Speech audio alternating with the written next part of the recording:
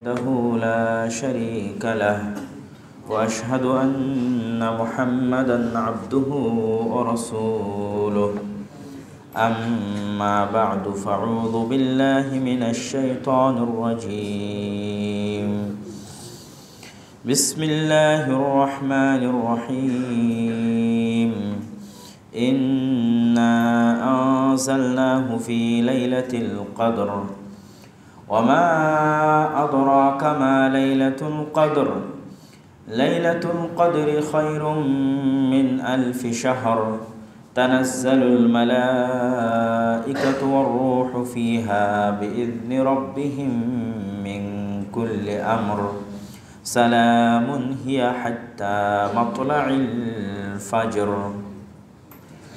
وقال تعالى في كلامه المجيد وفرقانه الحميد بسم الله الرحمن الرحيم حاميم والكتاب المبين إنا أنزلناه في ليلة مباركة إنا كنا منذرين فيها يفرق كل أمر حكيم যাবতীয় প্রশংসা হামদ ও সানা মহাপরাক্রমশালী আল্লাহ সুবহানাহু ওয়া তাআলার জন্য সকলেই বলি আলহামদুলিল্লাহ। দরুদ ও সালাম বর্ষিত হোক পৃথিবীর সর্বশেষ এবং সর্বশ্রেষ্ঠ রাসূল আহমদ মুহাম্মদ মুস্তাফা সাল্লাল্লাহু আলাইহি ওয়াসাল্লামের প্রতি। সম্মানিত উপস্থিতি, আজকে পবিত্র রমজান মাসের জুমার খুতবার সংক্ষিপ্ত বক্তব্যের বিষয়বস্তু লাইলাতুল কদর বা রমজানের শেষ 10 রাত। লাইলাতুল কদর শব্দের অর্থ হচ্ছে সম্মানের রাত অথবা ভাগ্য নির্ধারণের রাত। কদর শব্দটি আরবি ভাষায় দুটি অর্থে ব্যবহৃত হয়ে থাকে। সম্মানের জন্য ব্যবহৃত হয়ে থাকে, কোনো কিছু নির্ধারণের জন্য ব্যবহৃত হয়ে থাকে।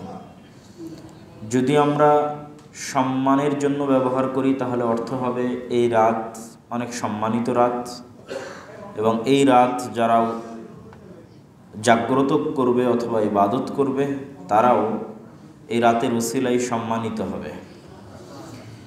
আরেকটি দ্বিতীয় যে অর্থ, এই রাতে ভাগ্য নির্ধারণ করা হয়, ভাগ্য নির্ধারণী রজনী, তাহলে এই রাতে যদি আমরা আল্লাহ সুবহানাহু ওয়া তাআলার ইবাদত করি এবং আমরা যদি দোয়া করি এবং আমাদের দোয়ার ফলশ্রুতিতে আমাদের ভাগ্যে পরিবর্তন আসতেও পারে, লেখনীতে পরিবর্তন আসতেও পারে। তো এটি যে ভাগ্য নির্ধারণী হয় এই রাতে, সে বিষয়ে আল্লাহ সুবহানাহু ওয়া তাআলা পবিত্র কোরআন মাজিদে বলেন হামিম ওয়াল কিতাবিল মুবিন, এটি একটি স্পষ্ট কিতাব। ইন্না আনজালনাহু ফি লাইলাতিন মুবারাকাহ, এই কিতাবকে আমরা অবতীর্ণ করেছি বরকতময় রাতে। ফিহা ইফরাকু কুল্লু আমরিন হাকিম, যেই বরকতময় রাতে সকল বিষয়ের সিদ্ধান্ত গ্রহণ করা হয়, সকল বিষয়ের সিদ্ধান্ত লেখা হয়। প্রশ্ন হচ্ছে, আমরা তো জানি আল্লাহ সুবহানাহু ওয়া তাআলা পৃথিবী সৃষ্টির 50,000 বছর পূর্বেই সকল কিছু লিখেছেন, তাহলে লাইলাতুল কদরের রাতে কি লেখা হয়? এটির উত্তরও আমরা পেয়ে যাই রাসূলুল্লাহ সাল্লাল্লাহু আলাইহি ওয়াসাল্লামের হাদিসে এবং মুহাদ্দিসিনে কেরাম যারা এগুলোর ব্যাখ্যা করেছেন তাদের বক্তব্য এবং তাদের কথার মধ্যে। আব্দুল্লাহ ইবনে আব্বাস রাদিয়াল্লাহু তাআলা আনহু বলেন, ইউকতাবু মিন উম্মিল কিতাব ফি লাইলাতিল কদর মা ইয়াকুনু ফিস সানাহ মিন রিজকিন আও মাউতিন আও হায়াতিন আও মাতারিন হাত্তা ইউকতাবুল হাজ ইয়াহিজ্জু ফুলানুন ওয়া ইয়াহিজ্জু ফুলান। আব্দুল্লাহ ইবনে আব্বাস রাদিয়াল্লাহু তাআলা আনহু বলছেন যে ইউকতাবু মিন উম্মিল কিতাব, উম্মুল কিতাব থেকে এই রাতে লেখা হয় মা ইয়াকুনু ফিস সানাহ, আগামী 1 বছর কি ঘটবে, মিন রিজকিন রিজিক সংক্রান্ত, আও মাউতিন মৃত্যু সংক্রান্ত, আও হায়াতিন জীবন সংক্রান্ত, আও মাতারিন বৃষ্টি সংক্রান্ত। এমনকি এটাও লেখা হয় যে এই বছরে কে কে হজ করবে। হাত্তা ইউকতাবা আল হাজ ইয়াহিজ্জু ফুলান ইয়াহিজ্জু ফুলান, যে অমুকের ছেলে অমুক, অমুকের ছেলে অমুক এই বছরে হজ করবে। তাহলে আব্দুল্লাহ বিন আব্বাস রাদিয়াল্লাহু আনহু বলছেন এই রাতে কোন কিতাব থেকে লেখা হয়? উম্মুল কিতাব থেকে লেখা হয়। তাহলে উম্মুল কিতাব কি? উম্মুল কিতাব হচ্ছে সেটি যেটিকে আমরা লাউহে মাহফুজ হিসেবে চিনি এবং যেটির কথা দিয়ে আমরা প্রশ্ন শুরু করেছি যে পৃথিবী সৃষ্টির 50,000 বছর পূর্বে আল্লাহ সুবহানাহু ওয়া তাআলা কলমকে বলেছিলেন যে তুমি লেখো। তো কলম যা কিছু ঘটবে তার প্রত্যেকটা বিস্তারিত লিখে ফেলল। এই জন্য তাকদীরের স্তরও ভেদ করেছে উলামায়ে কেরাম, যে তাকদীরের প্রথম স্তর হচ্ছে আল্লাহ সুবহানাহু ওয়া তাআলার জ্ঞান, তাকদীরের দ্বিতীয় স্তর হচ্ছে লাউহে মাহফুজ বা উম্মুল কিতাব। তো তাকদীরের প্রথম স্তর আল্লাহ সুবহানাহু ওয়া তাআলার জ্ঞান। এর অর্থ কি? এর অর্থ হচ্ছে আল্লাহ সুবহানাহু ওয়া তাআলা কলমকে লিখতে বলেছেন, 50,000 বছর পূর্বে তাকদীর লেখা হয়েছে, আবার প্রতি লাইলাতুল কদরের লাউহে মাহফুজ থেকে আগামী 1 বছরেরটা লেখা হবে, কপি করা হবে। তো এগুলোর জন্য মানুষ সেই কাজটি করতে বাধ্য এমন নয়, এগুলো সবগুলোই আল্লাহর জ্ঞান। আল্লাহ জানেন যে মানুষ এমনটা করবে, জানার জন্য মানুষ বাধ্যগত অবস্থায় করবে এমনটি নয়। যেমন যখন ক্যান্সার রোগী first stage, second stage, third stage, fourth stage, চতুর্থ স্টেজে যখন চলে যায় তখন ডাক্তারও বলতে পারে এই রোগী আর কতদিন বাঁচবে। তো ডাক্তার কিভাবে বলতে পারে? তার যতটুকু জ্ঞান আছে, লিমিটেড নলেজ, সেই সীমাবদ্ধ জ্ঞান নিয়ে সে বলতে পারতেছে এই রোগী আর এতদিন বাঁচবে। অথচ আল্লাহ সুবহানাহু ওয়া তাআলা সমগ্র পৃথিবীর সকল মানুষকে যত জ্ঞান দিয়েছেন সেই জ্ঞানের সাথে আল্লাহ সুবহানাহু ওয়া তাআলার জ্ঞানের তুলনা মহাসমুদ্রের সাথে 1 ফোঁটা পানির তুলনার মতো। তাহলে সমগ্র পৃথিবীর মানুষকে যে 1 ফোঁটা জ্ঞান বন্টন করে দেওয়া আছে, সেই জ্ঞানের একটা ন্যূনতম অংশ ব্যবহার করে একটা ডাক্তার বলে দিচ্ছে যে এই ব্যক্তি আর এতদিনের মধ্যে, আর 6 উইক, 6 সপ্তাহ অথবা 7 সপ্তাহের মধ্যে মারা যাবে। অথবা বিজ্ঞানীরা বলতে পারতেছে আজকে বৃষ্টি হতে পারে অথবা নাও হতে পারে। তো এই যে জ্ঞানের উপর ভিত্তি করে, ন্যূনতম জ্ঞানের উপর ভিত্তি করে ভবিষ্যৎবাণী করা সম্ভব হচ্ছে, তো যিনি সকল কিছু জানেন তার জন্য এটি অবশ্যই সম্ভব যে তিনি এটি জানেন যে তার সৃষ্টি করা মানুষ আজ কী করবে। তো এই জন্য তিনি জানেন, এই জন্য মানুষ বাধ্য অবস্থায় করবে এটা নয়, মানুষ স্বেচ্ছায় করবে, কিন্তু এই স্বেচ্ছায় করাটাও আল্লাহ সুবহানাহু ওয়া তাআলা আগে থেকেই জানেন। তো আল্লাহ সুবহানাহু ওয়া তাআলার জ্ঞান, আল্লাহ কলমকে বলেছেন লিপিবদ্ধ করতে লাউহে মাহফুজে, উম্মুল কিতাবে, আর এই উম্মুল কিতাব থেকে কপি হবে লাইলাতুল কদরের রাতে আগামী 1 বছরেরটা, যার বিস্তারিত বিবরণ বহু তাফসিরে আব্দুল্লাহ বিন আব্বাস এবং অন্যান্য সাহাবী থেকে উল্লেখ করা আছে। তাকদীরের আরও একটি স্তর হচ্ছে যখন এই জিনিসটি বাস্তবায়ন হতে যাবে, মানুষের তাকদীরে যেটি লেখা আছে সেটি যখন বাস্তবায়ন হতে যাবে, তখন তাকদীরের আরেকটি স্তর পাওয়া যায়, সেটি আল্লাহ সুবহানাহু ওয়া তাআলার আল ইরাদা আল কাউনিয়া, আল্লাহ সুবহানাহু ওয়া তাআলার পৃথিবী পরিচালনাগত ইচ্ছা। আল্লাহ সুবহানাহু ওয়া তাআলার একটা ইচ্ছা হচ্ছে শারঈ ইচ্ছা। শারঈ ইচ্ছা কি? আল্লাহ সুবহানাহু ওয়া তাআলা কখনোই চান না যে ইবলিস পথভ্রষ্ট হোক। আল্লাহ সুবহানাহু ওয়া তাআলা নিজেও চান যে ইবলিস হেদায়েতপ্রাপ্ত হোক, ফেরাউন হেদায়েতপ্রাপ্ত হোক, আবু জাহাল হেদায়েতপ্রাপ্ত হোক। তাদেরকে হেদায়েত করার জন্যই তো মুসাকে পাঠিয়েছেন, তাদেরকে হেদায়েত করার জন্যই তো মুহাম্মদ সাল্লাল্লাহু আলাইহি ওয়াসাল্লামকে পাঠিয়েছেন। তো দুনিয়ার কোনো মানুষ পথভ্রষ্ট হোক এটা আল্লাহ সুবহানাহু ওয়া তাআলা চান না। তার কল্যাণকামিতা যে সকল মানুষ জান্নাতে যাক, এই কল্যাণকামিতার জন্যই তিনি নবী রাসূল পাঠিয়েছেন, কিতাব পাঠিয়েছেন, কোরআন পাঠিয়েছেন, আলেম ওলামা রেডি করছেন, মসজিদ মাদ্রাসা তিনি টিকিয়ে রেখেছেন, দিন প্রচারের সকল ব্যবস্থাপনা টিকিয়ে রেখেছেন, ওসিলা মানুষের কাছে দাওয়াত যাওয়ার সকল ওসিলা আল্লাহ টিকিয়ে রেখেছেন, কেননা তিনি চান না মানুষ পথভ্রষ্ট হোক। এখন তারপরেও যখন মানুষ পথভ্রষ্ট হচ্ছে তখন আল্লাহ জোরও করেন না। এই যে আল্লাহ জোর করেন না, এটাই হচ্ছে তাকদীরের তারপরের স্তর, তৃতীয় স্তর। তথা ইবলিস যখন বলল আমি সিজদা করব না, তখন আল্লাহ সুবহানাহু ওয়া তাআলা চাইলে ফেরেশতাদের দিয়ে বাধ্য করায় ওকে সিজদা করাতে পারতেন না? পারতেন না? পারতেন। কিন্তু ইবলিস যখন বলল আমি সিজদা করব না, আল্লাহ কিন্তু বাধ্য করেননি তাকে সিজদা করাতে। ফেরাউন যখন বলল যে আনা রব্বকুমুল আ'লা, আমি তোমাদের প্রতিপালক, তখন আল্লাহ সুবহানাহু ওয়া তাআলা ফেরাউনকে বাধ্য করেননি যে সে হেদায়েতপ্রাপ্ত হোক, তাকে তার অবস্থার উপর থাকতে দিয়েছে। সে স্বেচ্ছায় তার অবস্থার উপর চলেছে। আবু জাহাল সহ আমরাও যারা পথভ্রষ্ট হচ্ছি, আমি যখন হয়তো অশ্লীল কিছু দেখছি অথবা অশ্লীল কিছু শুনছি, আল্লাহ চাইলে আমার চোখকে অন্ধ করে দিতে পারেন, আমার কানকে বধির করে দিতে পারেন, কিন্তু আল্লাহ দেন না, দিবেন না। তাহলে আমি কানে শুনছি অশ্লীল, চোখে দেখছি অশ্লীল, তখনও ক্ষমতা ব্যবহার করছি কার? আল্লাহর। তখনও অনুমতি ব্যবহার করছি আল্লাহর। আল্লাহ চাইলে তখনই আটকিয়ে দিতে পারতেন। এটা হচ্ছে তাকদীরের তৃতীয় স্তর। তো আমরা আলোচনা করছিলাম যে লাইলাতুল কদরের রাতে, এটিকে তাকদীর নির্ধারণের রাত বলা হয়। এই রাতে মূলত আগামী 1 বছরের বিষয়গুলো লিপিবদ্ধ করা হয় এবং উম্মুল কিতাব থেকে কপি করা হয়, তথা লাউহে মাহফুজের যে কিতাবে সকল কিছু লিপিবদ্ধ করা আছে সেটি থেকে কপি করা হয়। এই লাইলাতুল কদরের গুরুত্ব এবং তাৎপর্য যদি আমরা বুঝতে চাই, তাহলে লাইলাতুল কদর সম্পর্কে আল্লাহ সুবহানাহু ওয়া তাআলা পবিত্র কোরআনে সম্পূর্ণ একটি সূরা অবতীর্ণ করেছেন। ইন্না আনজালনাহু ফি লাইলাতিল কদর, আমরা এই কিতাবকে অবতীর্ণ করেছি লাইলাতুল কদরের রাতে।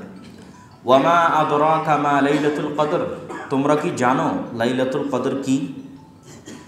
এই যে জিজ্ঞাসা করার স্টাইল, যে তোমরা কি জানো লাইলাতুল কদর কি, এটার দ্বারা মানুষের আগ্রহ তৈরি করা হয়। যখনই বড় কোনো বিষয় আল্লাহ সুবহানাহু ওয়া তাআলা অথবা তার রাসূল বলেন, তখন এই ধরনের উপস্থিত ব্যক্তিকে প্রশ্ন করার মাধ্যমে তাদের অ্যাটেনশন নেওয়া হয়, তাদের মনোযোগ আকর্ষণ করা হয়। যেমন অন্য সূরায় আল্লাহ বলছেন আল কারিআতু মাল কারিআহ ওয়া মা আদরাকা মাল কারিআহ, মহাভয়ঙ্কর বিকট আওয়াজ, তোমরা কি জানো মহাভয়ঙ্কর বিকট আওয়াজ কি? 2 বার জিজ্ঞেস করেছে, যাতে মানুষ আগ্রহের সাথে পরের বাক্য শোনে যে আসলে কি এত গুরুত্বপূর্ণ কথা। রাসূল সাল্লাল্লাহু আলাইহি ওয়াসাল্লাম বহু হাদিসে এই জিনিসগুলো প্রয়োগ করেছেন। যেমন তিনি বলেন যে আতাদরুনা মাল গীবাহ, তোমরা কি জানো গীবত কি? মানুষ আগ্রহী হয়, না আমরা তো জানি না আল্লাহ গীবত কি, আপনি বলেন। তো আল্লাহ বলছেন তোমরা কি জানো লাইলাতুল কদর কি? লাইলাতুল কদরি খায়রুম মিন আলফি শাহর, লাইলাতুল কদর হচ্ছে 1000 বছরের 1000 মাসের ইবাদতের চাইতে উত্তম, বা 1000 মাসের চেয়ে শ্রেষ্ঠ। তো এই 1000 মাসের চেয়ে যে শ্রেষ্ঠ কথাটি বলা হলো, এখানে আল্লাহ সুবহানাহু ওয়া তাআলা নির্ধারণ করেননি যে 1000 মাসের সমান। এই জিনিসটা আমরা অনেক সময় বলতে ভুল করি যে লাইলাতুল কদর 1000 মাসের ইবাদতের সমান, এবং হিসাব করে অনেকে বলে দেয় যে 80 বছর 83 বছর 84 বছর এরকম একটা ইবাদতের সমান। আল্লাহ সুবহানাহু ওয়া তাআলা সমান বলেননি, আল্লাহ বলেছেন 1000 মাসের চেয়েও শ্রেষ্ঠ। তো এখানে ব্যাখ্যা করতে গিয়ে মুফাসসিরিন ইকরাম লিখেছেন যে আমরা যেমন বাংলা ভাষায় বলি সে লাখ লাখ টাকার মালিক, কত লাখ টাকা জানি না, অমুক কোটি কোটি টাকার মালিক, কত কোটি তা কিন্তু জানি না। তো মাত্রাতিরিক্ত অগণিত অসংখ্য বোঝানোর জন্য যেমন আমরা বলি যে লাখ লাখ কোটি কোটি, ঠিক আরবি ভাষায় অগণিত অসংখ্য বোঝানোর জন্য বলা হয় হাজার হাজার হাজার, তথা হাজারো মাসের চেয়ে উত্তম, তথা এক্সাক্ট 80 বছর 85 বছর 90 বছর এরকম নয়। এই হাজারো মাস 80-85 বছরের চেয়েও অনেক অনেক উত্তম। কত গুণে উত্তম আল্লাহ সুবহানাহু ওয়া তাআলা ভালো জানেন। তিনি যেহেতু নির্ধারণ করেননি, সেহেতু আমাদের জন্য এটি নির্ধারিত নয়, বরং এটা অগণিত অসংখ্য সীমাহীন 1000 মাসের চেয়েও কয়েক হাজার মাসের চেয়েও উত্তম হতে পারে, সেটার সীমা আল্লাহ সুবহানাহু ওয়া তাআলা জানেন। এই 1000 মাসের চেয়ে শ্রেষ্ঠ ঘোষণা করার পিছনের কিছু শানে নজুল তাফসীর ইবনে কাসিরে উল্লেখ করা আছে। এটা বুঝার সুবিধার্থে বলা, সত্য মিথ্যা পরে বুঝার সুবিধার্থে, যে একদা রাসূলুল্লাহ সাল্লাল্লাহু আলাইহি ওয়াসাল্লাম সাহাবীদের সামনে তিনি বনু ইসরাইলের এক ব্যক্তির আলোচনা করলেন যে 80 বছর একটানা আল্লাহ সুবহানাহু ওয়া তাআলার ইবাদত করেছিল। আরেক বর্ণনায় আছে যে একদিন রাসূলুল্লাহ সাল্লাল্লাহু আলাইহি ওয়াসাল্লাম বনু ইসরাইলের 4 জন নবীর নাম বললেন, আইয়ুব, জাকারিয়া, ঈসা বিন নূন এবং আরেকজন। এই 4 জন নবী যারা একটানা 80 বছর ইবাদত করেছে এবং 80 বছর ইবাদতের মধ্যে কোনো গুনাহ শামিল করেনি। আবাদুল্লাহ 80 আমান লাম ইয়াসুহু তরফাত আইন, 80 বছর একটানা আল্লাহর ইবাদত করেছে যেখানে এক চুল পরিমাণও তারা গুনাহ সংঘটিত করেনি। তখন আজিবা আজিবাত উম্মাত মুহাম্মাদিন সাল্লাল্লাহু আলাইহি সাল্লাম, উপস্থিত সাহাবীরা খুব আশ্চর্য হল যে আমাদের তো হায়াত অত বেশি নয়, হায়াত সংক্ষিপ্ত, ছোট। গড় হায়াত উম্মতে মুহাম্মাদের 60 বছর। তাহলে উম্মতে মুহাম্মাদের এই সংক্ষিপ্ত ছোট হায়াত নিয়ে অতীত উম্মতের চাইতে বেশি ইবাদত করা কখনোই সম্ভব নয়। তাহলে তারা অতীত উম্মতের চাইতে ইবাদতের দিক থেকে শ্রেষ্ঠ হওয়ার প্রতিযোগিতায় পিছিয়ে। তাহলে যেহেতু অতীত উম্মতের চাইতে ইবাদতের দিক থেকে শ্রেষ্ঠ হওয়ার প্রতিযোগিতায় পিছিয়ে, এই জন্য আল্লাহ সুবহানাহু ওয়া তাআলা তাদের জন্য অফার সেট করলেন। বিভিন্ন দিন বিভিন্ন রাতের অফার বন্টন করা হলো, যে অফারগুলো যদি কেউ অ্যাকসেপ্ট করে, অফারগুলো যদি কেউ গ্রহণ করে, তাহলে সেই ইবাদতের প্রতিযোগিতায় অল্প হায়াত নিয়েও অতীত উম্মতের চাইতে বেশি ইবাদত করে ফেলবে। তাহলে সেই অফারগুলোর মধ্যে সবচেয়ে বড় অফার হচ্ছে লাইলাতুল কদর। এক রাত সমান 1000 মাসের চেয়েও, তারা যে 80 বছর ইবাদত করেছিল তার চেয়েও শ্রেষ্ঠ। তাহলে কি হলো, হায়াত অল্প কিন্তু ইবাদতের পাল্লায় অতীতের উম্মতের সাথে প্রতিযোগিতার দৌড়ে আপনি টিকে থাকার সুযোগ পেলেন। অন্তত আপনার চেষ্টা করার সুযোগ থাকলো যে আমরাও তাদের মতো ইবাদত করে শ্রেষ্ঠ থেকে শ্রেষ্ঠতম জান্নাতের অধিকারী হতে পারি কিনা। সম্মানিত উপস্থিতি, তো লাইলাতুল কদরের যে সূরাটি আমরা অধ্যয়ন করছিলাম, সেই সূরার 3য় আয়াত ছিল লাইলাতুল কদর খায়রুম মিন আলফি শাহর, 1000 মাসের চেয়ে শ্রেষ্ঠ। তানাজ্জালুল মালাইকাতু ওয়ার রূহ ফিহা বিইজনি রাব্বিহিম মিন কুল্লি আমর। তানাজ্জাল মানে ধারাবাহিকভাবে অবতীর্ণ হওয়া, তানাজ্জাল বা তাতানাজ্জাল একাধারে অবতীর্ণ হতে থাকা। এই রাতে একাধারে অবতীর্ণ হতে থাকে। আল্লাহ বলছেন এই সূরার মধ্যে, আল মালাইকা ফেরেশতাগণ, ওয়ার রূহ জিবরিল আমিন, ফিহা মানে এই রাতে, বিইজনি রাব্বিহিম তাদের প্রতিপালকের অনুমতিতে। এই রাতে তাদের প্রতিপালকের অনুমতিতে জিবরাইল এবং ফেরেশতাগণ জমিনে ধারাবাহিকভাবে অবতীর্ণ হতে থাকে। সালামুন হিয়া হাত্তা মাতলাইল ফজর, আর এই অবতরণ বা এই বরকত অব্যাহত থাকে ফজর পর্যন্ত। তো এই অবতরণের সংখ্যা নির্ধারণ করতে গিয়ে রাসূলুল্লাহ সাল্লাল্লাহু আলাইহি ওয়াসাল্লাম তিনি বলেন যে এই রাতে প্রায় প্রত্যেক ধূলিকণা এবং বালিকণার সাথে ফেরেশতা থাকে। মানে পৃথিবীর এমন কোনো ইঞ্চি জায়গা খালি থাকে না যেই ইঞ্চি জায়গার সাথে ফেরেশতা থাকে না। এবং এত মাত্রাতিরিক্ত পরিমাণ ফেরেশতা অবতীর্ণ হওয়ার কারণ কি, যে এত বেশি পরিমাণে ফেরেশতা কেন অবতীর্ণ হচ্ছে? আপনারা সকলেই অবগত আছেন যে ফেরেশতাদের অবতীর্ণ হওয়ার সাথে বরকতের একটা সম্পর্ক আছে। এবং আমরাও জানি যে যখনই কোথাও ফেরেশতা অবতীর্ণ হয় তখন ফেরেশতার সাথে সেখানে বরকত সম্পৃক্ত থাকে। এর অসংখ্য দলিল এবং উদাহরণ আমরা তুলে ধরতে পারব। যেমন কোথাও যদি আল্লাহর বাণী উল্লেখ করা হয়, কোরআন এবং হাদিসের আলোচনা করা হয়, তাহলে রাসূল সাল্লাল্লাহু আলাইহি ওয়াসাল্লাম বলছেন হাফফাত হুমুল মালাইকা ওয়া নাযালাত আলাইহিমুস সাকিনা, যে যখনই কোথাও একসাথে মানুষ বসে কোরআন এবং হাদিসের আলোচনা করে তখন আসমান থেকে সেখানে ফেরেশতা অবতীর্ণ হতে থাকে এবং আসমান থেকে সাকিনা তাদের উপর অবতীর্ণ হতে থাকে। ঠিক আপনারা জানেন বাড়িতে প্রবেশ করার ক্ষেত্রে, বাড়ি থেকে বের হওয়ার ক্ষেত্রে প্রত্যেক যেখানে বরকতের কথা বলা আছে সেখানে ফেরেশতা কানেক্টেড। রাসূল সাল্লাল্লাহু আলাইহি ওয়াসাল্লাম বলছেন যেই বাড়িতে কুকুর আছে, যে বাড়িতে ছবি আছে, সেই বাড়িতে বরকত এবং রহমতের ফেরেশতা প্রবেশ করে না। তার মানে ফেরেশতার প্রবেশের সাথে রহমত এবং বরকতের কানেকশন আছে, আর শয়তানের প্রবেশের সাথে রহমত এবং বরকত চলে যাওয়াটা আছে। তাহলে এই রাতে আল্লাহর নবী বলছেন যে ইন্নাল মালাইকা তিলকাল লাইলা আকসার ফিল আরজ মিন আদাদিল হিসা, পৃথিবীতে যে ধূলিকণা বালিকণার যে সংখ্যা আছে, এই ধূলিকণা বালিকণার সংখ্যার চাইতেও এই রাতে পৃথিবীতে বেশি ফেরেশতা অবতীর্ণ হয়। তাহলে এত বেশি ফেরেশতা অবতীর্ণ হওয়ার কারণ হচ্ছে এই রাতে এত বেশি বরকত অবতীর্ণ হয়, যেটা আমরা বোঝাতে চাচ্ছিলাম যে ফেরেশতার সাথে বরকত সম্পৃক্ত। এই জন্য যে আয়াত দিয়ে আমরা শুরু করেছি সেই আয়াতে আল্লাহ সুবহানাহু ওয়া তাআলা বলেছেন ইন্না আনজালনাহু ফি লাইলাতিন মুবারাকা, আমরা এই কোরআনকে অবতীর্ণ করেছি বরকতময় রাতে। তাহলে এই রাত কত বরকতময় হতে পারে, যে কি পরিমাণ বরকত এই রাতে অবতীর্ণ হতে পারে, যে এই রাতে এত বেশি ফেরেশতা অবতীর্ণ হতে হয় যে পৃথিবীর ধূলিকণা বালিকণার চাইতে ফেরেশতাদের সংখ্যা বেশি হয়ে যায়। তার কারণ হচ্ছে এই রাতে বরকতের সংখ্যা এত আনলিমিটেড। সম্মানিত উপস্থিতি, এবং এই ধারা অব্যাহত থাকে। আল্লাহ সুবহানাহু ওয়া তাআলা বলছেন সালামুন হিয়া হাত্তা মাতলাইল ফজর, ফজর পর্যন্ত। তথা ওই রাতের ফজর পর্যন্ত এই ধারা অব্যাহত থাকে। এই রাতের গুরুত্ব এবং ফজিলত আমরা যেমন এই সূরা থেকে জানতে পারি, যে সূরাটি আমরা পড়লাম, ঠিক রাসূলুল্লাহ সাল্লাল্লাহু আলাইহি ওয়াসাল্লামের আমল থেকেও জানতে পারি।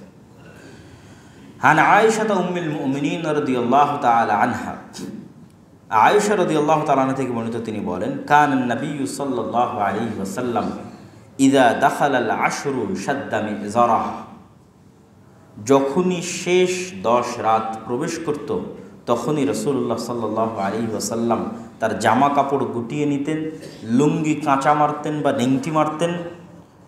আমাদের গ্রামগঞ্জে যখন মানুষ লুঙ্গি পরিহিত অবস্থায় থাকে, তখন যখন সে ভারী কোনো কাজের জন্য যায় তখন লুঙ্গি কাঁচা মারে বা আমাদের আঞ্চলিক ভাষায় বলে লেংটি মারে।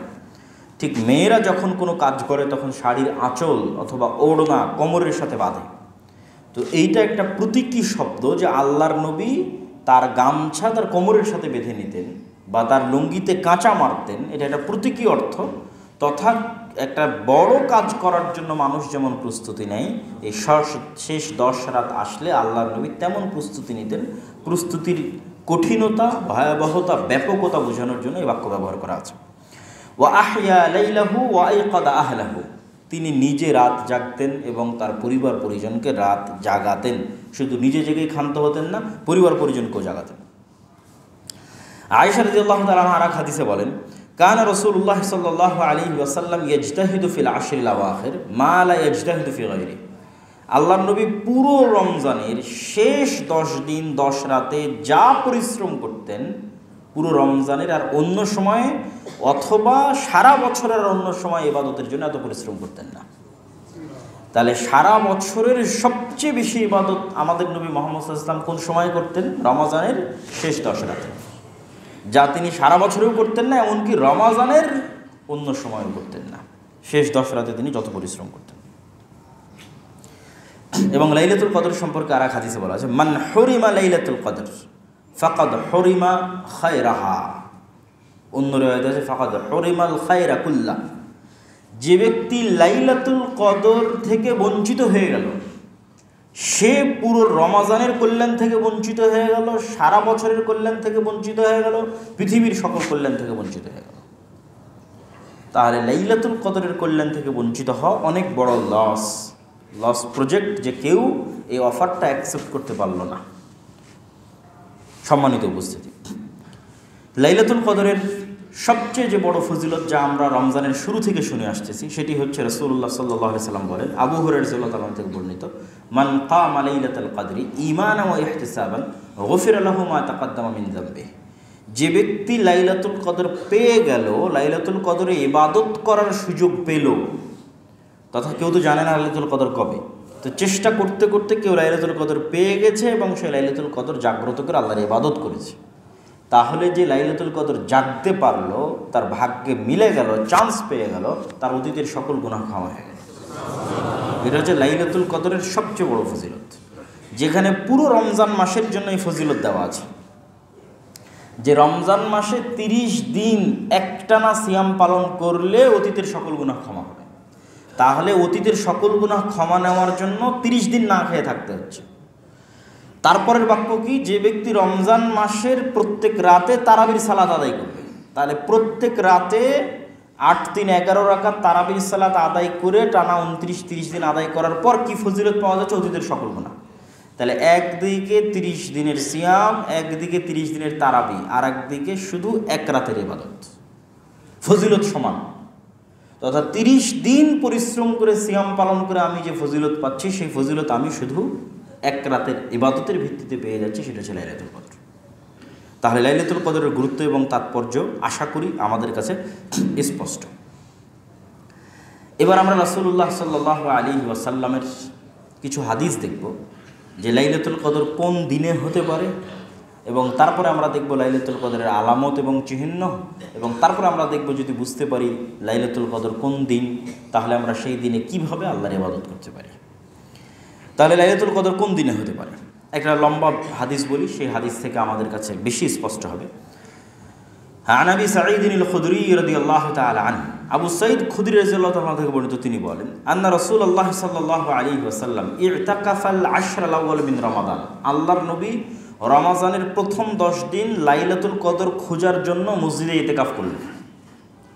লাইলাতুল কদর খুঁজবেন এই জন্য প্রথম 10 দিন, রমাজানের প্রথম 10 দিন মসজিদে ইতিকাফ করে আল্লাহর ইবাদত করলেন। তো প্রতিবার যখন ইবাদত শেষ হয় তখন জিবরাইল আমিন এসে বলেন যে লাইলাতুল কদর আরও সামনে, আপনি যে 10 দিন ইবাদত করেছেন 10 দিনে না, আরও সামনে। সুম্মা আতাকাফাল আশরাল আউসাত, অতঃপর রাসূল সাল্লাল্লাহু আলাইহি ওয়াসাল্লাম রমাজানের মধ্যের 10 দিন রাত জেগে মসজিদে ইতিকাফ করলেন এবং ইবাদত করলেন। জিবরিল আমিন তাকে বলল লাইলাতুল কদর আরও সামনে। রাসূলুল্লাহ সাল্লাল্লাহু আলাইহি ওয়াসাল্লাম রমাজানের শেষ 10 দিন মসজিদে ইবাদত করলেন এবং তিনি সাহাবীদেরকে বললেন, ফামান আহাব্বা মিনকুম আন ইয়াতাকিফ ফালইয়াতাকিফ আল আশর আল আওয়াখির, তোমাদের মধ্যে যারা লাইলাতুল কদর খোঁজার জন্য ইতিকাফ করতে চায় তারা যেন রমাজানের শেষ 10 রাত বা রমাজানের শেষ 10 দিন ইতিকাফ করে এবং এই শেষ 10 দিনের 10 রাতে যেন সেই লাইলাতুল কদর অনুসন্ধান করে। ইন্নী উরিতুহা লাইলাতুল কদর, আমাকে লাইলাতুল কদর দেখানো হয়েছে, আমি দেখছি। ইন্নী আসজুদু সাবিহাতাহা ফিতিনিন ওয়া মাইন, যে আমি লাইলাতুল কদরে সিজদা করছি কর্দমাক্ত মাটির উপরে যেখানে পানি এবং মাটি মিশ্রিত আছে। তো সাহাবী বলছেন যে 1/21 রাতে, ওই 1/21 রাতে, বারবার নির্ধারিত কোনো তারিখ মনে করা যাবে না, এটা 21 রাতের ঘটনা। সাহাবী বলছেন যে ওয়াকাদ কামা ইলা সুবহি ফামাতারাতিস সামা, 1/21 রাতে আমরা রাসূলের সাথে ইবাদত করলাম। ফামাতারাতিস সামা, আসমান বৃষ্টি বর্ষণ করল।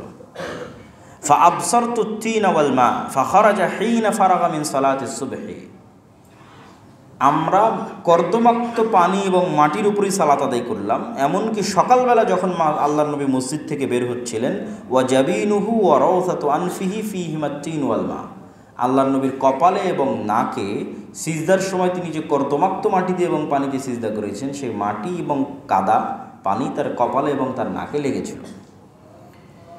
তো এই লম্বা হাদিস থেকে আমরা কি বুঝতে পারি? এই লম্বা হাদিস থেকে আমরা এটা বুঝতে পারি যে লাইলাতুল কদর তো পুরো রমজান মাসে অবশ্যই আছে, এতে কোনো সন্দেহ নেই। তার জন্য দুটো আয়াত স্পষ্ট।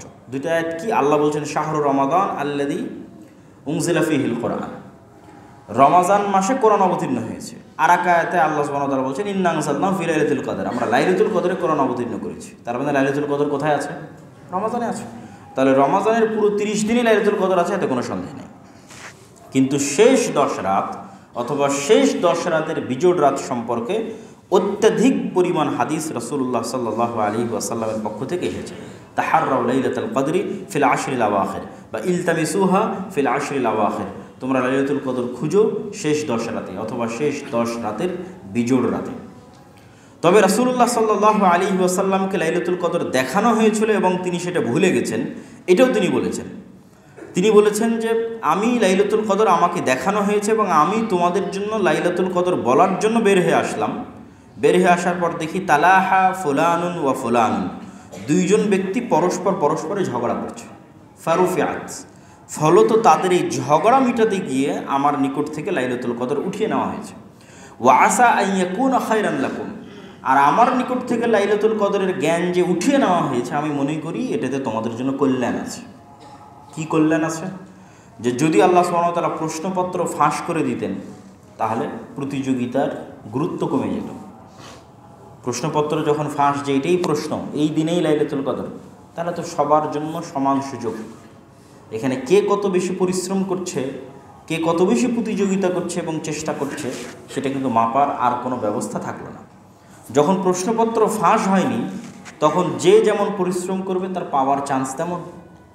যারা আল্লাহর ইস্তাবিকু ফিল খায়রাত, কল্যাণের কাজে, সাবিকু ফিল খায়রাত, কল্যাণের কাজে যারা প্রতিযোগিতা করে, সবচেয়ে বেশি পরিশ্রমী স্টুডেন্ট যদি হয় তাহলে রমজানের প্রত্যেক রাতে আল্লাহর ইবাদত করবে। তো আল্লাহর যে সবচেয়ে বেশি পরিশ্রমী ছাত্র সে ভালো রেজাল্ট করবে, তার তো মিস হওয়ার কোনো চান্স নাই। যে তার চেয়ে কম পরিশ্রমী ছাত্র সে হয়তো মাঝে মধ্যে করবে, মাঝে মধ্যে ছাড়বে। যে তার চেয়ে কম পরিশ্রমী ছাত্র সে শেষ 10 রাতে ইবাদত করবে। যে তার চেয়ে কম পরিশ্রমী ছাত্র সে শেষ 10 রাতের বিজোড় রাতগুলোতে ইবাদত করবে। আর যে তার চেয়ে কম পরিশ্রমী ছাত্র সে শুধু 27 রাতে ইবাদত করবে। তো যে যত কম পরিশ্রম করবে তার লাইলাতুল কদর ছুটে যাওয়ার সম্ভাবনা তত বেশি। তো এই জন্য নির্ধারিত কোনো রাত নয় এটি আল্লাহর নবীর হাদিস দ্বারা স্পষ্ট যে তিনি বলছেন যে আমি তোমাদেরকে লাইলাতুল কদর বলার জন্য বেরিয়েছি। ফাতালাহা রাজুলান, এরা দুইজন মারামারি লেগে গেছে। এবং এখানে আরেকটা জিনিস বোঝা যায় যে মানুষ যখন গন্ডগোল মারামারি করে অনেক রহমত এবং বরকত উঠে যায়। তো তোমাদের এই মারামারি মিটা থেকে আমি ভুলে গেছি যে আসলে লাইলাতুল কদর কোন দিন। তা আমি মনে করি আমাকে যে ভুলিয়ে দেওয়া হয়েছে আর মধ্যে কল্যাণ আছে। সুতরাং এই হাদিসের পর আর এটা বলার কোনো সুযোগ নাই যে এই রাতই লাইলাতুল কদর, 27 রাত বা 21 রাত বা 23 রাত, এটা বলার কোনো সুযোগ নেই। সম্মানিত উপস্থিতি, এবার আমরা দেখি যে লাইলাতুল কদরের আমরা যদি আলামত বা চিহ্নগুলো নির্ধারণ করতে চাই, যে লাইলাতুল কদরে আমরা কোন কোন চিহ্ন দেখে আমরা বুঝতে পারবো যে এই রাতটি লাইলাতুল কদরের রাত। তো লাইলাতুল কদরের কিছু চিহ্ন আমি আপনাদের সামনে তুলে ধরবো ইনশাআল্লাহ, যা রাসূলুল্লাহ সাল্লাল্লাহু আলাইহি ওয়াসাল্লামের হাদিস থেকে বোঝা যায়। আন উবাই ইবনে কাব রাদিয়াল্লাহু তাআলা আনহু, উবাই ইবনে কাব রাদিয়াল্লাহু তাআলা বলতে তিনি বলেন, আখবারানা রাসূলুল্লাহ সাল্লাল্লাহু আলাইহি ওয়াসাল্লাম আন্নাহা তাতলু ইয়াওমাইদিন লা শুআ লাহা। লাইলাতুল কদরের পরবর্তী যে সকালের সূর্যটা উদিত হবে, এই সূর্যের যে অগ্নিরশ্মি, আগুনের যে তেজ থাকে, সূর্যের যে তেজ থাকে, এই তেজ অনেক কম থাকবে, তেজস্বীবিহীন ম্রিয়মান সূর্য হবে। আব্দুল্লাহ বিন আব্বাস রাদিয়াল্লাহু আনহু মূলত তিনি বলেন, রাসূলুল্লাহ সাল্লাল্লাহু আলাইহি ওয়াসাল্লাম বলেছেন, লাইলাতুল কদর লাইলাতুন সামহাতুন তালকা। লাইলাতুল কদর হচ্ছে স্বচ্ছ টলটলে পানির মতো স্বচ্ছ রাত, গুমট অন্ধকারাচ্ছন্ন রাত নয়। লা হারাতা ওয়ালা বারিদাতা, এই রাতে প্রচণ্ড গরম এবং প্রচণ্ড শীত অনুভূত হবে না, নাতি শীতোষ্ণ রাত। এবং এই রাতের পরবর্তী যে সূর্য উদিত হবে, সেই সূর্যের অগ্নিরশ্মি, লাল রশ্মির তেজ থাকবে কম। তাহলে লাইলাতুল কদরের যে আলামতগুলো, এই আলামতগুলো যদি আমরা একত্রিত করি, আগের একটা আলামত বক্তব্যের মধ্যেই চলে গেছে যে রাসূল সাল্লাল্লাহু আলাইহি ওয়াসাল্লাম স্বপ্নে দেখছেন যে তিনি পানি এবং বৃষ্টির মধ্যে, কাদামাটির মধ্যে তিনি সিজদা করছেন। এবং সেই রাতে সাহাবী বর্ণনা দিচ্ছেন যে বৃষ্টি হয়েছিল এবং মসজিদে নববী কর্দমাক্ত হয়ে গেছিল এবং কর্দমাক্ত মাটিতে আল্লাহ নবী সিজদা করেছেন। তাহলে সবগুলো সারমর্ম হচ্ছে রাতে বৃষ্টি হওয়ার সম্ভাবনা আছে, রাত স্বচ্ছ টলটলে পানির মতো, এবং রাতে না শীত বেশি না গরম বেশি, এবং রাতের পরবর্তী যে সকাল, সে পরবর্তী সকাল হবে ম্রিয়মান, তেজস্বী সকাল হবে না। আর কিছু রিওয়ায়াতে পাওয়া যায় যে এই রাতে তারকার বিচ্যুতি ঘটবে না। তারকার বিচ্যুতি মানে আমরা যে উল্কাপিণ্ড নিক্ষেপ হতে দেখি রাতের বেলা, তো ওই তারকার যে বিচ্যুতি ঘটে মহাশূন্যে, সেই বিচ্যুতি এই রাতে ঘটবে না। এবার আমরা চলে আসি লাইলাতুল কদর যদি আমরা পেয়ে যাই, তাহলে আমরা লাইলাতুল কদরে কিভাবে ইবাদত করব। লাইলাতুল কদরের ইবাদতের ক্ষেত্রে আমাদের দেশে সবচেয়ে যে বলা যায় অপছন্দনীয় প্রথা প্রচলিত আছে, সেটা হচ্ছে মসজিদে একত্রিত হয়ে খাওয়া দাওয়া অনুষ্ঠান আয়োজনের মাধ্যমে একটা পিকনিকের মতো পরিবেশ তৈরি করা হয় এবং ব্যাপকভাবে লাইলাতুল কদরের রাতে আলোচনা অনুষ্ঠান হয়। যে বক্তা নিয়ে আসা হয়, বক্তা আলোচনা করবে এবং বক্তব্য দেবে। তো এইটা আসলে লাইলাতুল কদর এরকম আনুষ্ঠানিকতার বিষয় নয়, এটা পছন্দনীয় পদ্ধতি নয়। রাসূল সাল্লাল্লাহু আলাইহি ওয়াসাল্লামের বা সাহাবীদের পক্ষ থেকে এরকম কোনো পথ পদ্ধতি পাওয়া যায় না। তাহলে লাইলাতুল কদর উদযাপনের সঠিক সুন্নতি পদ্ধতি কি? লম্বা সালাত, লম্বা তেলাওয়াত।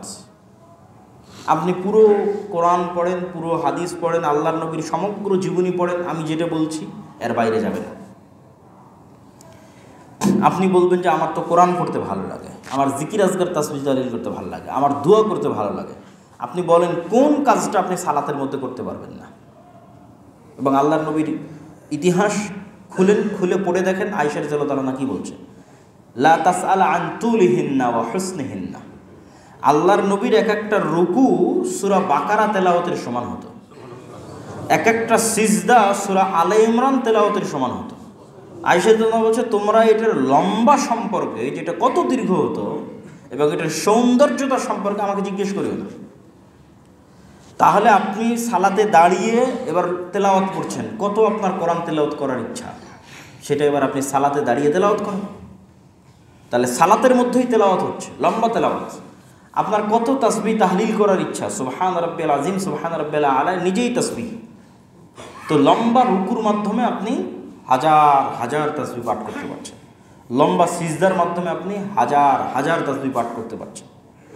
আপনার দোয়া করার দরকার, সালাম ফিরানোর পূর্বে কোরআন এবং হাদিসের এমন কোনো দোয়া নাই যে আপনি পড়তে পারবেন না। তাহলে লম্বা সালাতি একমাত্র সুন্নতি পদ্ধতি রাসূল সাল্লাল্লাহু আলাইহি ওয়াসাল্লামের লাইলাতুল কদর উদযাপনের, যেখানে লম্বা তেলাওয়াত হবে, রুকু সিজদা লম্বা হবে তথা লম্বা তাসবিহ তাহলিল হবে, এবং সালাম ফিরানোর বৈঠকও লম্বা হবে তথা লম্বা দোয়া হবে।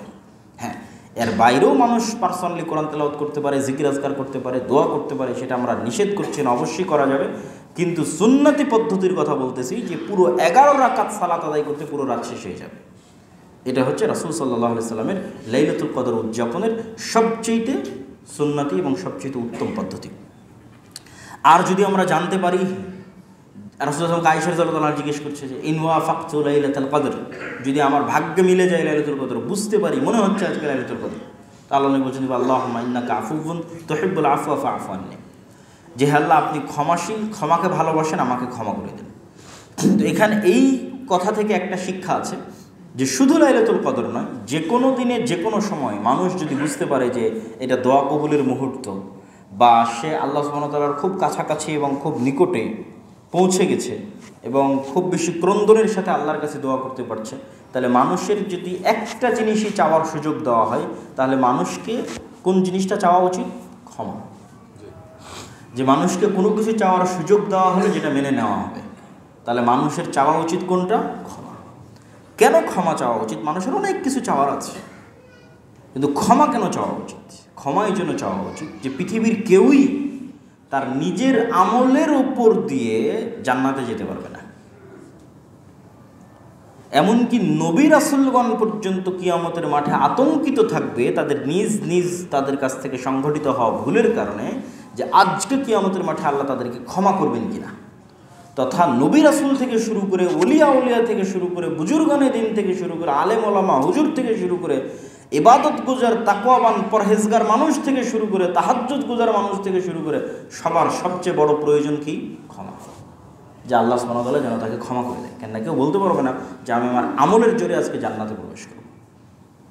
তো এই জন্য ক্ষমা চাওয়ার প্রতি মনোযোগী হতে হবে। বেশি সুযোগ পেলে ক্ষমায় আগে চাইতে হবে, ক্ষমা চাওয়ার পর বাকি বিষয়গুলো অপশনাল।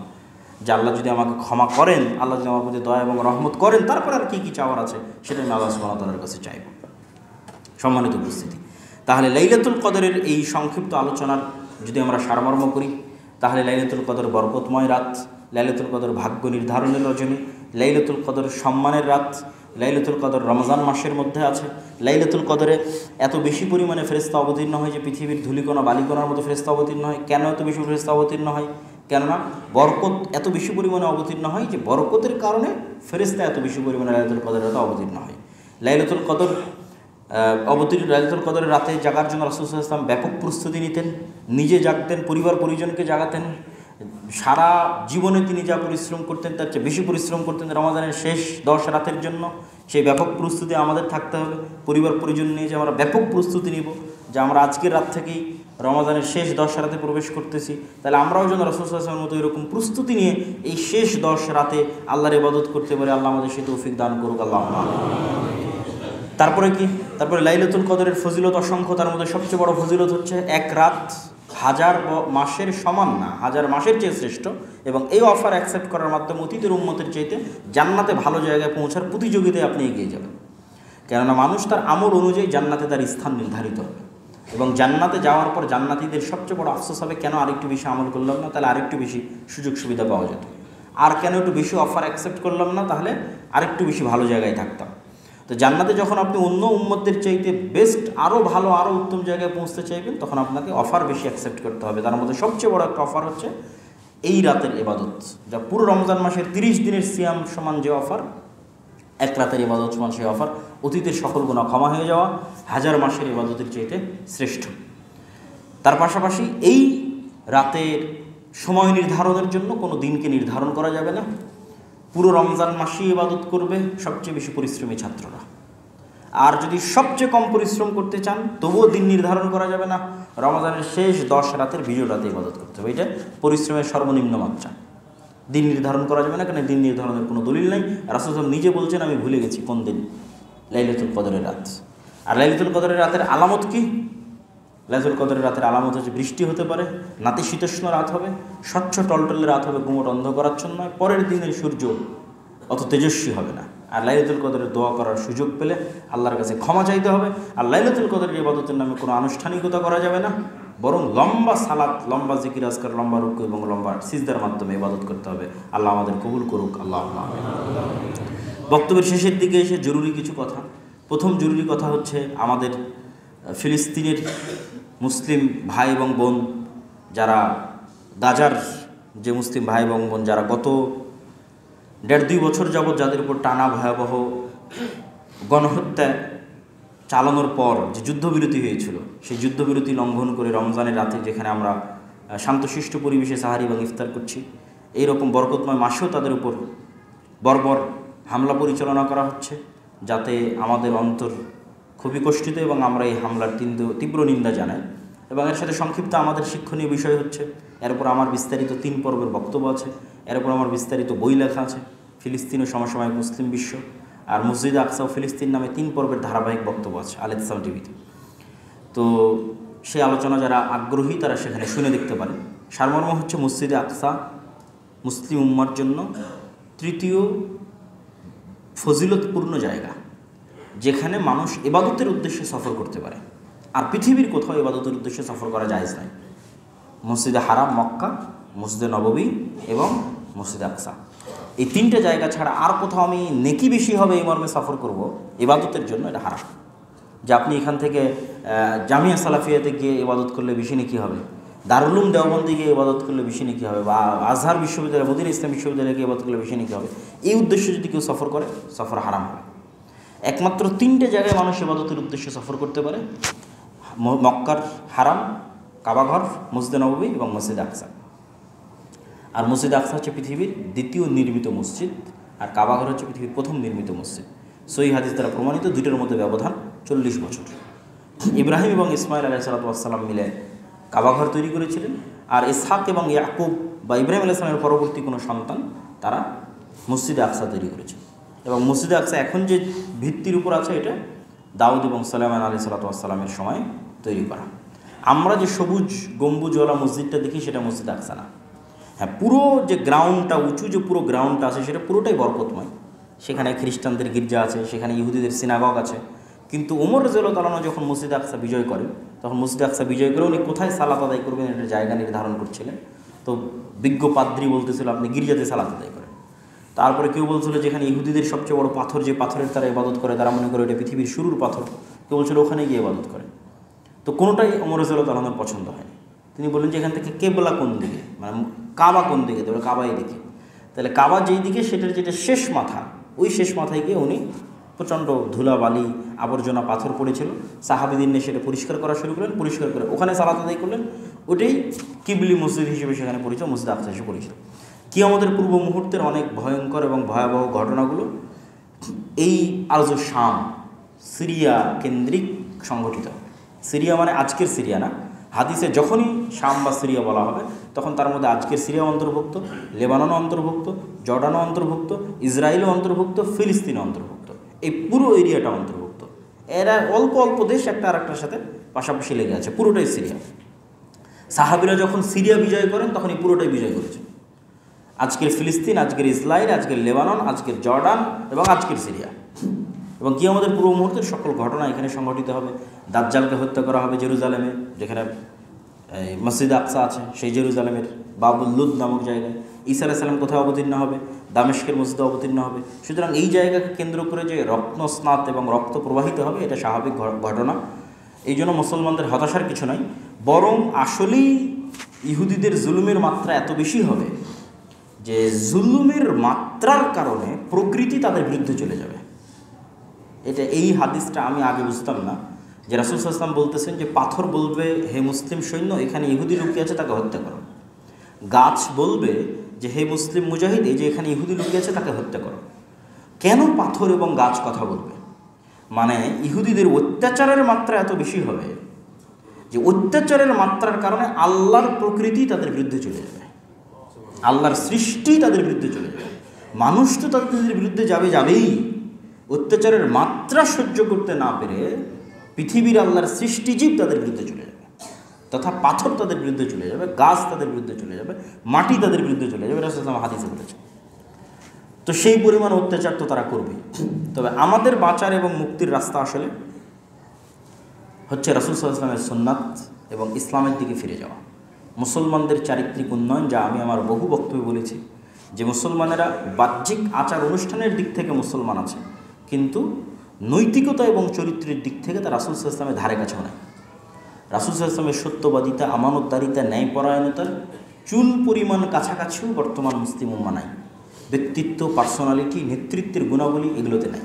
হ্যাঁ, বাহ্যিক যে আচার অনুষ্ঠান আল্লাহ নবী শিখিয়ে গেছে, সবাই আসছে, সালাত আদায় করছে, সিয়াম পালন করছে, এগুলোতে যার জন্য যেভাবে শিখে গেছেন সেভাবে মানুষ করার চেষ্টা করতেছে। কিন্তু ওনার যে ব্যক্তিত্ব ছিল, পার্সোনালিটি ছিল, উন্নত চরিত্র ছিল, সত্যবাদিতা ছিল, আমানতদারিতা ছিল, ন্যায়পরায়ণতা ছিল, ওই জায়গা থেকে আমরা অনেক পিছিয়ে। ফলত আমরা গোলামের জীবনযাপন করছি, নেতৃত্বের গুণাবলী আমাদের মধ্যে বিকাশ ঘটছে না, আমরা নেতা হতে পারতেছি না, না নিজের দেশের নেতা, না নিজের জাতির নেতা, না মুসলিম উম্মার নেতা, না পৃথিবীর নেতা।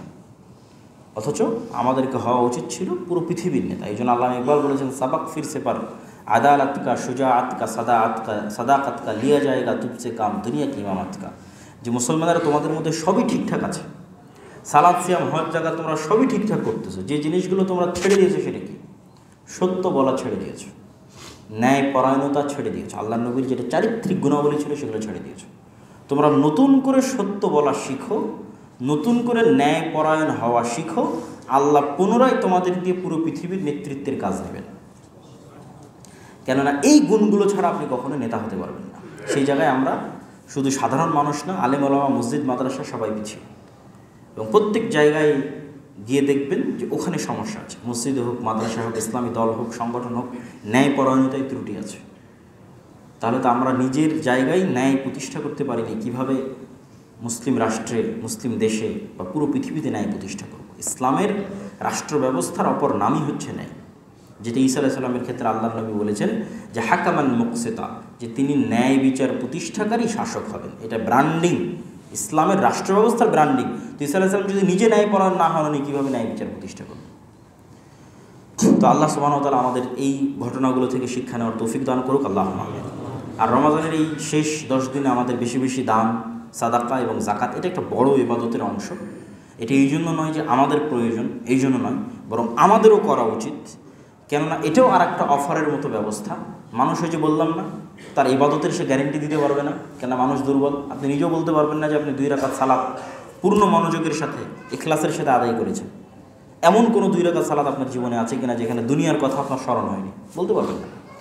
তাহলে ইবাদতের দিক থেকে মানুষের জন্য গ্যারেন্টি দেওয়া খুব কঠিন যে আমি এই জিনিসটা নিশ্চিতভাবে শতভাগ বিশুদ্ধ আদায় করেছি। এই জন্য প্রত্যেকটা জায়গায় দেখবেন ত্রুটি বিচ্যুতি মাফ করানোর জন্য আল্লাহ অর্থনৈতিক ইবাদতের ব্যবস্থা রেখেছে প্রত্যেকটা জায়গায়, যে ওই ত্রুটিটা তুমি মুক্তি পাবা ত্রুটি থেকে টাকা দিয়ে। এটা আমি বলছি না, আল্লাহই করেছে। একটা উদাহরণ দিই আপনাকে। ধরেন সিয়াম অবস্থায় আপনি দিনের বেলা স্ত্রীর সাথে সহবাস করেছেন, তাহলে ভুল, গুনাহের কাজ। তখন আল্লাহ আপনাকে কি দিচ্ছে যে আপনি যে একটা রমজান মাসের মধ্যে একটা ভুল করে ফেলেছেন, তা বাঁচবেন কি দিয়ে? তো বলে 1 নম্বর হচ্ছে তুমি টানা 2 মাস সিয়াম পালন করো। আল্লাহ আমার কিন্তু টানা 2 মাস সিয়াম পালন করা সম্ভব নয়। তারপরে কিন্তু শুরু হলো এবার টাকার, তুমি তাহলে গোলাম আজাদ করো, ঠিক আছে, 60 জন মিসকিনকে খাওয়াও। তাহলে এই যে আল্লাহ সুবহানাহু ওয়া তাআলা কিন্তু ব্যবস্থা করেছেন। ফিতরার কথা কি বলছে আল্লাহ নবী? ফিতরার কথা কি বলছে? পুরো রমজান মাসের সিয়ামে যদি তোমার কোনো ভুল ত্রুটি বিচ্যুতি হয়ে থাকে, তাহলে সেটা তোমরা ফিতরা দিয়ে তোমার সেটা আদায় হয়ে যাবে। তো তাহলে প্রত্যেকটা জায়গায় যখন মানুষ ভুল ত্রুটি করছে, সেটার ব্যবস্থাপনা আল্লাহ সুবহানাহু ওয়া তাআলা রেখেছেন। মানুষ সেটা তার সম্পদ দিয়ে, তার অর্থ দিয়ে সেটা মানুষ পূরণ করতে পারবে। তাহলে ঠিক তেমনি আমি যদি এখন অতিরিক্ত দান রমজান মাসে করি, শেষ 10 রাতে করি, জাকাত বের করি, জাকাত ফরজ ইবাদত, আর ফরজ আল্লাহ সুবহানাহু ওয়া তাআলার কাছে খুব পছন্দনীয়। তো এই অতিরিক্ত দান যদি আমি করি, তাহলে কি হবে? কিয়ামতের মাঠে যেখানে যেখানে অসম্পূর্ণতা দেখা দিবে, সেই অসম্পূর্ণতাগুলোর গ্যাপ পূরণ করবে আমার এই দান, আমার এই সঞ্চিত সম্পদ। কেউ এসে বলবে আপনি আমার গীবত করেছিলেন, কেউ এসে বলবে আপনি অমুক দিন এই টাকা পেতাম আপনি দেননি, এগুলো সবগুলো পূরণ হবে এই সঞ্চিত সম্পদ দান থেকে। তখন আপনি বেঁচে যাবেন। আর যখন আপনার দান করা কোনো সম্পদ জমা করা নাই, তখন তো আপনি বিপদে পড়ে যাবেন। তো এই জন্য আমাদেরকে অতিরিক্ত হারে দান করতে হবে এবং অতিরিক্তভাবে এই শেষ 10 রাতে বিশেষ করে জাকাত ফরজ, জাকাতের উপর আমাদের বিস্তারিত আলোচনা আছে, কীভাবে জাকাত বের করবেন তার বিস্তারিত ভিডিও আছে ইনসাম টিভিতে, দেখে সেই হিসাব অনুযায়ী জাকাত বের করেন। জাকাত অন্যের সম্পদ, এটা আপনার সম্পদ নয়, বাড়ি থেকে বের করতেই হবে। আর ফেতরা আদায় করতে হবে, এবং ফেতরা রাসূল সাল্লাল্লাহু আলাইহি ওয়াসাল্লাম কখনও টাকা দিয়ে আদায় করেননি। সেই যুগে টাকা দিয়ে আদায় করার সুযোগ ছিল, তিনি খাদ্যদ্রব্য দিয়ে আদায় করেছেন। আর আল্লাহর নবী জাকাত কখনও কাপড় দিয়ে আদায় করেননি। মানে আমাদের এখানে এসে পুরোটাই উল্টে গেছে। জাকাত আপনার সম্পদ নয়, তাহলে আপনি কেমনে সিদ্ধান্ত নিলেন যে এই টাকা দিয়ে আপনি কাপড় কিনবেন? ওটা তো অন্যের সম্পদ, তাহলে তাকে তার কাছে বুঝিয়ে দিতে হবে যে কাপড় কিনবে না সেমাই কিনবে, তার ইচ্ছা। আর ফেতরার ক্ষেত্রে আপনাকে বলাই আছে যে আপনি আপনার খাদ্যদ্রব্য বের করবেন, তো সেখানে কেন টাকা দিতে গেলেন? মানে পুরোটাই উল্টে গেছে। তো ফেতরার ক্ষেত্রে আমাদের চেষ্টা করতে হবে খাদ্যদ্রব্য দিয়ে 2.5 কেজি থেকে 3 কেজি সম পরিমাণ খাদ্যদ্রব্য জন প্রতি বের করে দেওয়া, এবং জাকাতের ক্ষেত্রে 2.5%, 1000 টাকায় 250 টাকা, 1 লক্ষ টাকায় 2500 টাকা, এইভাবে 2.5% হারে আমাদের জাকাত বের করতে হবে। এবং এই সমস্ত কাজের ক্ষেত্রে আপনারা অবশ্যই আমাদের যে সকল প্রতিষ্ঠানগুলোর কথা আপনারা স্মরণে রাখবেন। এই মসজিদ থেকে শুরু করে এই মসজিদের সাথে সম্পৃক্ত যে মাদ্রাসা আছে, আমরাও বিভিন্ন প্রতিষ্ঠানের সাথে সম্পৃক্ত আছি, বিশেষ করে আল জামিয়া সালাফিয়া, নিবরাস ইসলামিক রিসার্চ ফাউন্ডেশন, একসাথে বহু জায়গায় বিভিন্ন রকমের কার্যক্রম পরিচালিত হচ্ছে। যেমন আপনাদের মিরপুর 12 দাওয়া সেন্টারে, সেখানে কোরআনের শিক্ষার কোর্স, আরবি শিক্ষার কোর্স, প্রতিদিন ইফতারির ব্যবস্থা, তারাবির সালাত, সব কিছুই পুরো রমজান মাসব্যাপী চলছিল, এখনও চলছে। তারপরে আমাদের রাজশাহীতে সৌদি আরবের একজন শায়েখ অবস্থান করছেন পুরো রমজান মাস ব্যাপী। তিনি সেখানে 250 থেকে 300 ছাত্রের মধ্যে দারস দিচ্ছেন। সেখানে ছাত্রদের থাকা, খাওয়া, সাহারি, ইফতারি সম্পূর্ণ ফ্রি, প্রতিষ্ঠান বহন করছে। আবার দাওয়া ইলাল্লাহর প্রায় 56 থেকে 60 জন কোরআন ও দিন শিক্ষার কোর্সের ছাত্র রাজশাহীতে তারা অবস্থান করছিলেন, সেটাও তাদের জন্য সম্পূর্ণ ফ্রি ছিল। সেখানে তারা মৌলিক কোরআন এবং দিন শিখছিলেন, যেটা আপনারা আমাদের পেজের মাধ্যমে জানতে পারেন। আর বিভিন্ন কার্যক্রম, যেমন আপনাদের এই পূর্বাচল আন্তর্জাতিক বাণিজ্য মেলার পাশে মসজিদ নির্মাণ, এটা চলমান। দিনাজপুর আল জামিয়া সালাফিয়া, সেখানে মসজিদ নির্মাণ চলমান। এবং আমাদের মহিলা বিশ্ববিদ্যালয় যেটা রাজশাহীতে, সেটার প্রাচীরের কাজ চলমান। এগুলো সব কিছুই কাজ চলমান, এগুলো সবগুলো আপনারা স্মরণে রাখবেন। এবং সর্বনিম্ন স্তর যেটা, সেটা হচ্ছে দোয়া করতে হবে যেন আল্লাহ সুবহানাহু ওয়া তাআলা কবুল করে। আল্লাহুম্মা আমিন। তো আমি বক্তব্যের শেষে চলে এসেছি। আল্লাহ সুবহানাহু ওয়া তাআলা আমাদের সকলকে এই শেষ 10 দিনে, আমাদের জাকাত হোক, আমাদের ফেতরা হোক, আমাদের দান হোক, রাত জেগে ইবাদত হোক, আমরা যেন মার্কেটিং থেকে শুরু করে অন্যান্য কিছুতে ব্যস্ত হয়ে এই শেষ 10 দিনের গুরুত্বকে ভুলে না যাই। আল্লাহ যেন আমাদের ইবাদত করার তৌফিক দান করে। আল্লাহুম্মা আমিন।